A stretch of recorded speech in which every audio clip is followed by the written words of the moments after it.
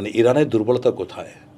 মানে আকাশ শক্তিতে, এয়ার পাওয়ারে ইরান অনেক পিছিয়ে ছিল, এখনো পিছিয়ে। That was the next question, যেটা স্যার আমি জিজ্ঞেস করতে যাচ্ছিলাম, যে আমেরিকার যে এয়ার পাওয়ার আছে এটা তো হচ্ছে ওভারওয়েলমিং, এবং পৃথিবীতে আসলে কিছু কিছু ক্ষেত্রে এয়ার পাওয়ারের ক্ষেত্রে তারা রাশিয়ার চেয়ে প্রায় 10 বছর আগে আছে কয়েকটা আইটেমের ক্ষেত্রে।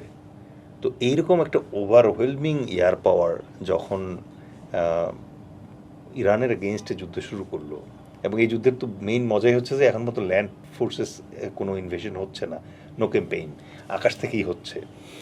তাহলে ইরানের ক্ষেত্রে স্ট্র্যাটেজিটা আসলে কী ছিল স্যার? মানে এরকম ওভারওয়েলমিং একটা এয়ার পাওয়ার যখন তার উপরে 36 দিন ধরে অপারেশন করছে, এবং পেন্টাগন বলতেছে যে মোর দেন 3500 টার্গেট সাকসেসফুলি তারা হিট করছে তাদের এয়ারক্রাফট দিয়ে, ভ্যারিড অফ এয়ারক্রাফট আছে। তাহলে মানে সাস্টেনেন্সের জন্য, মানে আপনার একজন সমরবিদ হিসাবে আপনি আসলে ইরানের কোন টেকনিকটা অথবা ট্যাকটিক্সটা দেখতে পাচ্ছেন যেটা দিয়ে সে ইদার এই এয়ার সুপ্রিমেসি বাইপাস করেছে, ইগনোর করেছে, অর কোনো একটা অল্টারনেটিভ মেথড সে ফলো করেছে, যাতে তার আপনারা যেটা মানে আমরা যুদ্ধের ভাষায় যেটা বলি যে বেয়নেট স্ট্রেংথটাও সাস্টেইন থাকলো, আবার কনজারভেশন অফ কমব্যাট পাওয়ার যেটা, এটা এনশিওর করলো কীভাবে স্যার? আচ্ছা, এটা একটা চমৎকার প্রশ্ন, এবং এটার থেকে আর বড় ধরনের একটা শিক্ষা নেওয়ার বিষয় আছে। যদি আমরা এয়ার পাওয়ার চিন্তা করি তাহলে হয়তো 95-5 বলতে হবে। ইউএসের যে এয়ার পাওয়ার আছে 95-5 আই থিঙ্ক গুড এনাফ, এর থেকে বেশি বলার না।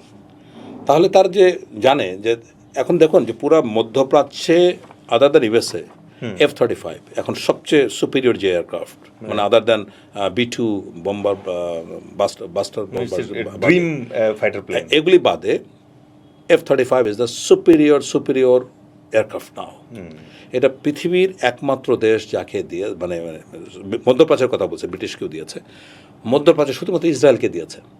ওয়ারেজ সবসময় মানে ট্রাম্প বা ইউএস প্রেসিডেন্টরা সুযোগ হলে মধ্যপ্রাচ্য ঘুরে যায় এবং প্রচুর অস্ত্র ব্যবসা করে যায়।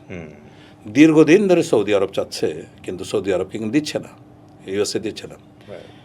যখন মিডনাইট হ্যামার হলো তখন কিন্তু বোঝা গেল ইরানের থার্ড জেনারেশন এয়ারক্রাফট নাই। Su-24 এটা থার্ড জেনারেশন এয়ারক্রাফট না, মানে নো ম্যাচ।